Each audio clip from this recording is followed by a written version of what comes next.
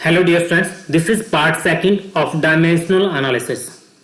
आज के इस पार्ट में जिन मेन पॉइंट्स को लेकर हम बात करने वाले हैं, तो सबसे पहले बात करेंगे व्हाट आर डायमेंशनल वेरिएबल्स। आज आप जान पाएंगे कि डायमेंशनल वेरिएबल्स क्या होते हैं।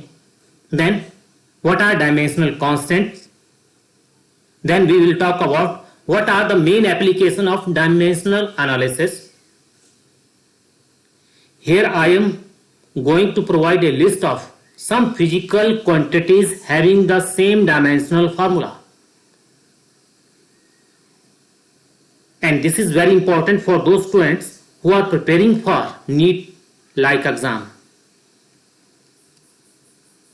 At last I will talk about some limitations.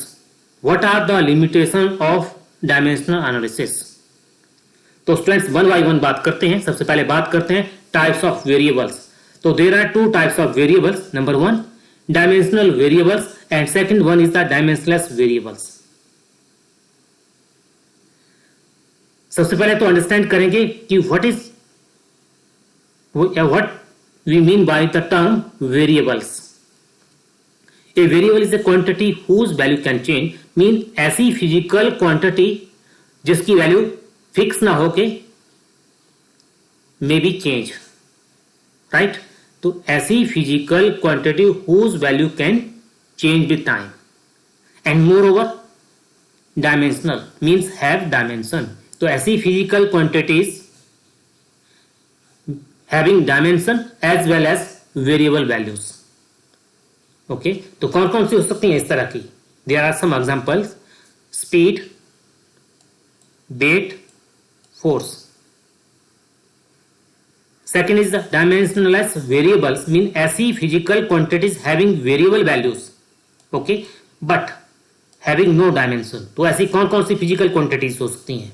हमने लास्ट लेक्चर में एंगल, स्ट्रेन और रिफ्रैक्टिव इंडेक्स को लेकर बात की थी। You know that angle, strain और refractive index they are variable physical quantities, but these quantities having no dimension. Okay, तो इसके बाद जो नेक्स्ट बात करेंगे types of constant. Two types of constant, dimensional constant and second is dimensionless constants. Dimensional constants, the physical quantities have constant values as well as dimensions. ऐसी physical quantities जिनकी constant value तो है but साथ में उनके dimension भी हैं। The most common example that is a gravitational constant. इसके ऊपर हमने डिटेल में लास्ट लेक्चर में बात की थी। तो ग्रेविटेशनल कांस्टेंट क्या चीज है और उसकी वैल्यू क्या होती है? दैट इज द 6.67 इंटू 10 की पावर -11 न्यूटन मीटर स्क्वायर पर किलोग्राम स्क्वायर। तो कैपिटल जी की जो वैल्यू है that is constant, that is fixed, but this physical quantity have dimension. The second is the dimensionless constants. The physical quantity have constant value but no dimension. ऐसी physical quantities जिनके constant value तो है but have no dimension. तो कौन कौन सी हो सकती हैं? Here are provided a list of few one. That is the pi. तो आप जानते हैं कि पाई की जो वैल्यू होती है that is fixed 3.142 but have no dimension. E stand for exponential function. E for exponential function जिसकी value 2.7 that is a fixed but have no dimension. Numbers, number कुछ भी हो सकता है 1 2 3 4, okay. And sin function, sin function कुछ भी हो सकते हैं, sin theta, cos theta, tangent of theta, so many. तो these are some examples of dimensionless constants. अब हम बात करेंगे कुछ एप्लीकेशंस को लेकर कि what are the main applications of dimensional analysis. तो डायमेंशनल एनालिसिस जो मेथड है use to check the correctness of physical relation कि whether the given relation is correct और नॉट। बहुत सारे न्यूमेरिकल हम इसके ऊपर भी करने वाले हैं। एक इसके लिए एक अलग से पार्ट एक्सक्लूसिवली रहेगा। The second is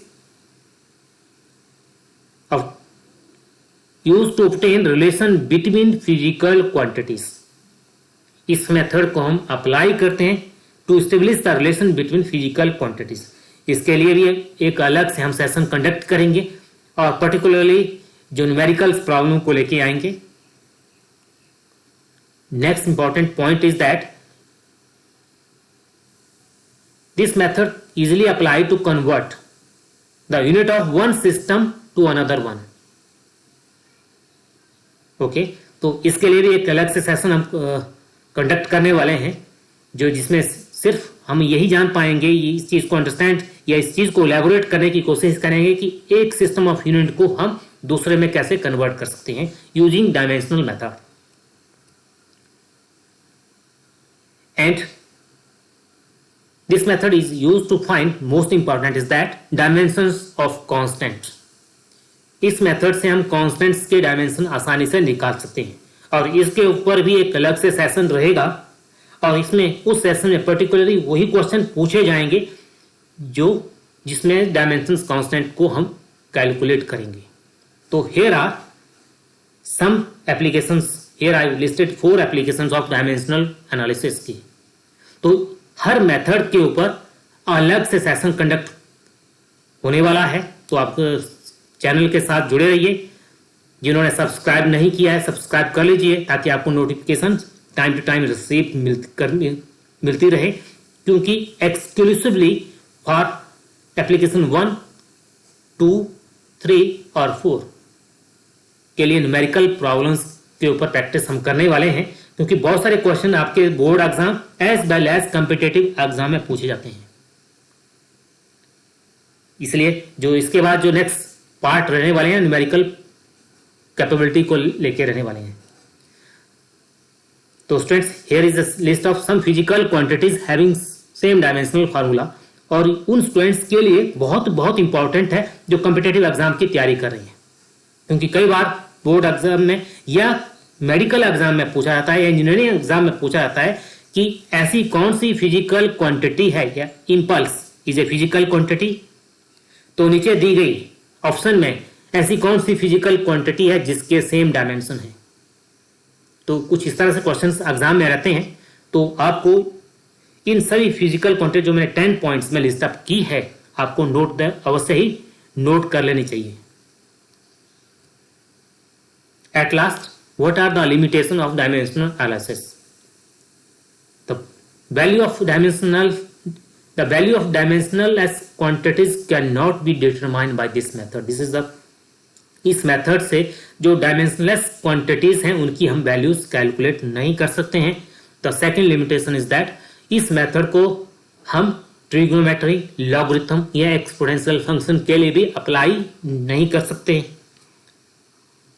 third, it cannot be applied to an equation involving more than 3 physical quantities। Mean ऐसी इक्वेशन जिसमें 3 से ज्यादा फिजिकल क्वांटिटीज इन्वॉल्व हैं वहां भी इस मेथड को हम अप्लाई नहीं कर सकते। This method fail to drive composite relation like v is equal to u plus at। तो dear friends, this was the part second and I hope you understand। जिन स्टूडेंट्स ने ज्ञानशील स्कूल ऑफ फिजिक्स को अभी तक subscribe नहीं किया है please subscribe the channel. आप ज्ञानशील स्कूल ऑफ फिजिक्स के साथ जुड़े रहिए। Thanks for your time.